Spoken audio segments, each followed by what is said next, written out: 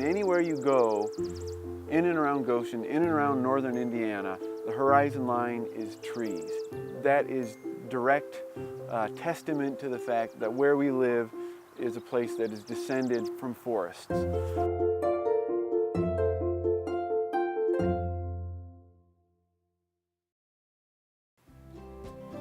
I guess the way that I see trees in this ecosystem, and maybe it's because of their size, I feel like they're the bones of this body. We receive an ecological benefit by calculating the amount of carbon dioxide that our trees soak out of the atmosphere.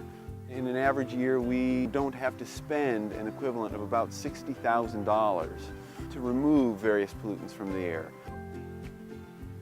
In a city, in an urban area like Goshen, when it rains onto hard surfaces like roofs and roads, that water, just gets channelized and pours down those surfaces and comes into contact with pollutants of one sort or another.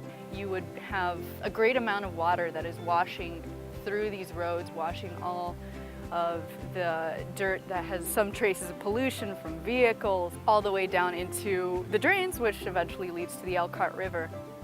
Our public trees capture almost 20 million gallons of rainwater each year. They lift out soil pollutants that might affect groundwater, and they lower the amount of these nitrates and phosphates from getting into our river.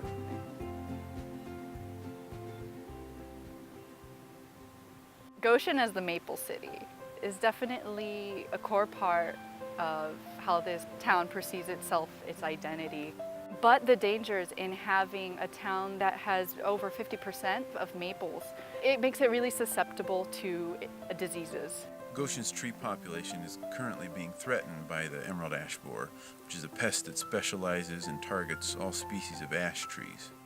With this insect, this ash borer coming in and attacking one certain species, you'll notice quickly how it's going to affect habitat.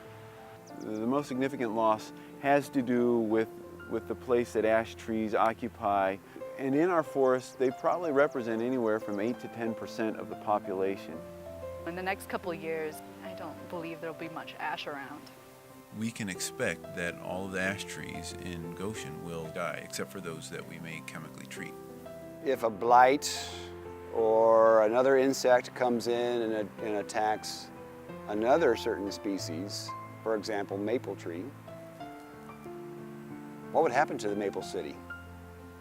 The way we work towards preventing and or preparing for such a scenario is to diversify the trees that we plant and that we care for in the city, and slowly over time to bring down the maple population. Even if we reduce our maple population down to 30%, even 25%, we can still be the Maple City, and by doing that, we will have enhanced the health of the overall population of our trees by increasing the diversity. Goshen, ecologically, without trees, would not be what it has been for ages.